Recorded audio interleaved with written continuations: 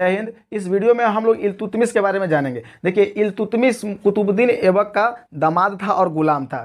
कुतुबुद्दीन ऐबक दिल्ली सल्तनत की कैसे स्थापना किया उसका मैं ऑलरेडी वीडियो बना चुका हूँ। दिल्ली सल्तनत का दूसरा राजा इल्तुतमिश था, दूसरा सुल्तान इल्तुतमिश था।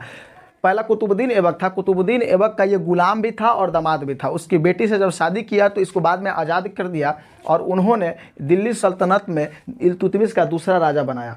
इल्तुतमिश को वास्तविक राजा माना जाता है, कुतुबुद्दीन ऐबक को वास्तविक राजा नहीं माना जाता है। उस समय के इतिहासकारों और परंपराओं के अनुसार वास्तविक राजा उसे माना जाता था, किसी भी मुस्लिम शासक को, कि जिसे बगदाद के खलीफा हुआ करते थे वो उसको वैधता देते थे, खिलाफत देते थे, उसके बाद ही वो वास्तविक राजा बन सकता है। नहीं तो उसे सिपासलार यानी राजा के काफ़ी करीब, जिसको युद्ध वगैरह की उसके पास क्षमता हुआ करता था, उसके पास उतना अधिकार हुआ करता था, सिपासलार। तो कुतुबुद्दीन ऐबक जो इससे पहले राजा था उसको वास्तविक राजा नहीं माना जाता है, क्योंकि उसने कुछ कंडीशन था, कोई राजधानी नहीं बनाया, कोई स्पेशल कोई सिक्का नहीं चलाया, यानी कि सल्तनत चलाने के लिए जो जो कुछ चीज़ें चाहिए वो उन्होंने नहीं किया। और बगदाद के खलीफा से उसे वैधता नहीं मिला, इसलिए उसे सिपासलार कहा जाता है, उसे वास्तविक राजा नहीं माना जाता। लेकिन इल्तुतमिश को वास्तविक राजा माना जाता है क्योंकि इन्होंने 2 मुद्रा चलाया था, चांदी का टक्का और पीतल का जीतल बनाया था, 2 मुद्रा, और अपनी राजधानी दिल्ली बनाया था। कुतुबुद्दीन ऐबक ने अपनी राजधानी लाहौर ले गया था, लेकिन इल्तुतमिश ने अपनी राजधानी दिल्ली को बनाया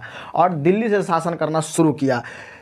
इसे 1228 ईस्वी में बगदाद के राजा ने इसे सम्मानित कर दिया वास्तविक राजा के रूप में। अगर उससे कोई कोई बगदाद के खलीफा किसी को अगर सम्मानित कर देता था, उसे वास्तविक राजा माना जाता था। उसके ऊपर कोई मुस्लिम राजा जल्दी अटैक नहीं करता था। इसने एक बहुत बड़ा संगठन का निर्माण कराया था जिसको तुर्काने चहलगामी कहा जाता है। ये 40 तुर्कों का एक समूह था जो बहुत प्रभावशाली था। बाद में ये तुर्काने चहलगामी इसी के बेटी इल्तुतमिश रजिया के लिए दिक्कत कर गया और रजिया को समझिए कि उसी ने ढीला ढाला करके उसको मरवा दिया।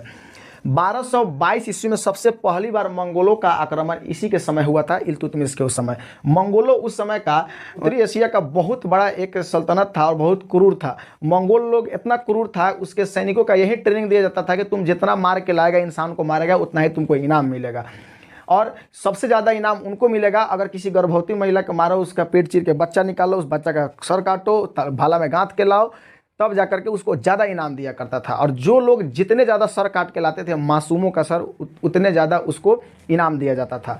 मंगोल बहुत ही उस समय का निर्दयी राजा था। उस समय 1222 में चंगेज खान ने यह हमला किया था भारत के ऊपर। उस समय इल्तुतमिश राजा था। तो सबसे पहली बार दिल्ली सल्तनत में मंगोलों का आक्रमण इल्तुतमिश के समय हुआ था 1222 में, जो कुछ नहीं हो पाया। बाद में अलाउद्दीन खिलजी के समय बहुत ज़्यादा हुआ था। मोहम्मद गौरी ने कुतुबुद्दीन ऐबक को दिल्ली का राजा बनाया था और जब मोहम्मद गौरी मर गया तो कुतुबुद्दीन ऐबक ने अपने दामाद इल्तुतमिश को राजा बनाया। लेकिन मोहम्मद गौरी का भी तो कोई दासी, उसका भी कोई ना कोई था, उसका बेटा वगैरह, उसका कोई ना कोई वंशज था। यल्दौज नाम का एक आदमी था जो कहता था कि ना, दिल्ली का जो सल्तनत है वो हमें मिलना चाहिए। इल्तुतमिश कहता था कि ना, हमें तो कुतुबुद्दीन ऐबक ने दिया है, हम रखेंगे। तो इन दोनों के बीच, यल्दौज और इल्तुतमिश के बीच 1215 ईस्वी में एक युद्ध हुआ था। 1215 ईस्वी में इस युद्ध में यल्दौज और इल्तुतमिश दोनों साथ लड़ था। इसको कहते हैं तृतीय तराइन का युद्ध, यानी तीसरा तराइन का युद्ध।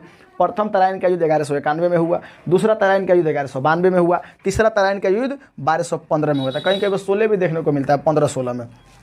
तो इल्तुतमिश और यल्दौज के बीच हुआ था। यह युद्ध सिंध प्रांत में हुआ था, सिंध नदी के किनारे। लेकिन इस युद्ध में यल्दौज की सैनिकें हार गई, इल्तुतमिश की सैनिकें जीत गई। तो ये जीत गया और यल्दौज को इल्तुतमिश ने इस सिंध नदी में डुबा करके मुआ दिया, यानी कि यल्दौज की हार हो गई। एक कबूचा था, उसका भी हार हो गया, पंजाब साइड में वो ज़्यादातर अटैक करता था। इस सिंध नदी में इसको डुबा करके मार दिया। और 1236 ईस्वी में 1236 में इल्तुतमिश की मृत्यु हो गई।